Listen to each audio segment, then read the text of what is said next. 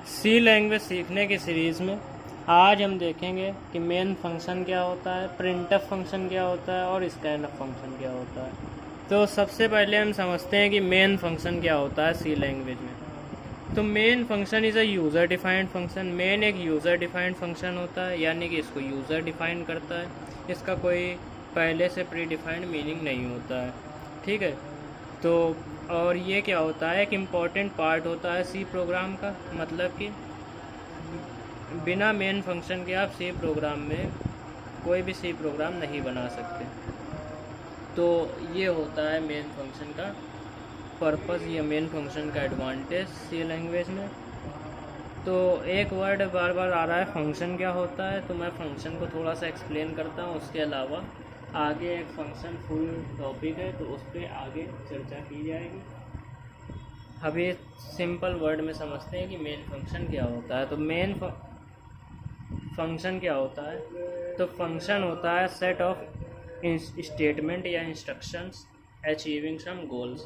Function होता है set of instruction, यानी कि एक इंस्ट्रक्शन का एक सेट होगा जिसको हम क्रिएट करते हैं कुछ गोल या कुछ पर्पस के लिए या कुछ आउटपुट डिस्प्ले कराने के लिए।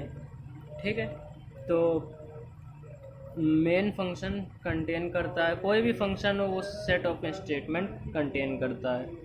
और ये भी लाइन मैंने आपको बताई कि जो मेन फंक्शन है सी प्रोग्राम में वो मस्ट बी, बहुत ज़रूरी है। और फंक्शन जब भी क्रिएट करते हैं तो क्या करते हैं कि फंक्शन के जो सेट ऑफ इंस्ट्रक्शंस हैं, यानी कि जो इंस्ट्रक्शंस हैं, उनको एक पेयर ऑफ ब्रेसेस इससे क्लोज करते हैं। ठीक है, तो आई होप आपको मेन फंक्शन समझ में आया होगा। अब दूसरा फंक्शन देखते हैं, प्रिंटफ फंक्शन, और उसके पर्पस क्या क्या है सी लैंग्वेज में। तो प्रिंटफ फंक्शन क्या होता है, printf is a pre defined function. Printf एक प्री डिफाइंड फंक्शन होता है, मतलब कि इसका मीनिंग पहले से ही डिफाइंड होता है। तो इसका पर्पस क्या होता है, सी लैंग्वेज में या सी प्रोग्राम में इसको यूज़ किया जाता है आउटपुट को डिस्प्ले कराने के लिए। ठीक है, तो जनरल फॉर्म ऑफ प्रिंटअप, मतलब कि प्रिंटअप किस फॉर्मेट में लिखा जाता है वो हम देखते हैं। Printf bracket comma format strings comma list of variables. मतलब कि फॉर्मेट स्ट्रिंग जैसे %f, %d, %c, ये होती है फॉर्मेट स्ट्रिंग्स। और लिस्ट ऑफ वेरिएबल, जिस वेरिएबल में जो वैल्यू स्टोर है उसको आपको डिस्प्ले कराना है उसको।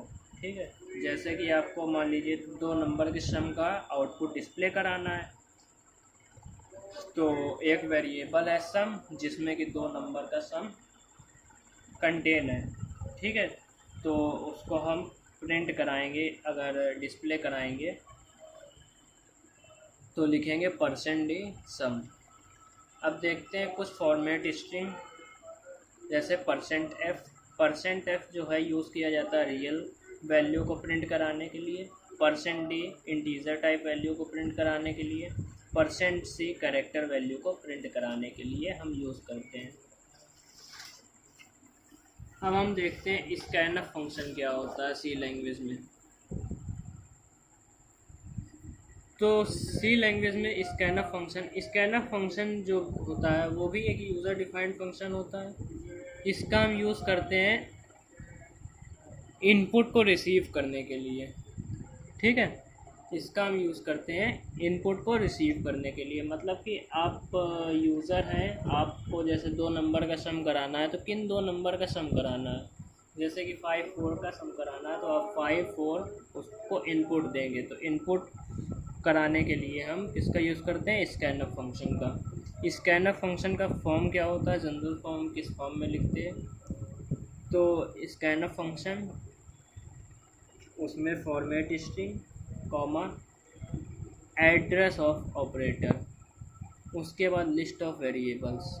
इसमें क्या करते हैं, थोड़ा सा डिफरेंस है बस प्रिंटफ और स्कैनफ में, कि इसमें हम एड्रेस ऑफ ऑपरेटर का यूज़ करते हैं। मतलब कि हमें कोई भी वेरिएबल प्रिंट कराना है कोई भी वेरिएबल का तो मतलब कि कोई भी इनपुट लेना है तो उसके लिए कहीं ना कहीं मेमोरी में एड्रेस तो होना चाहिए।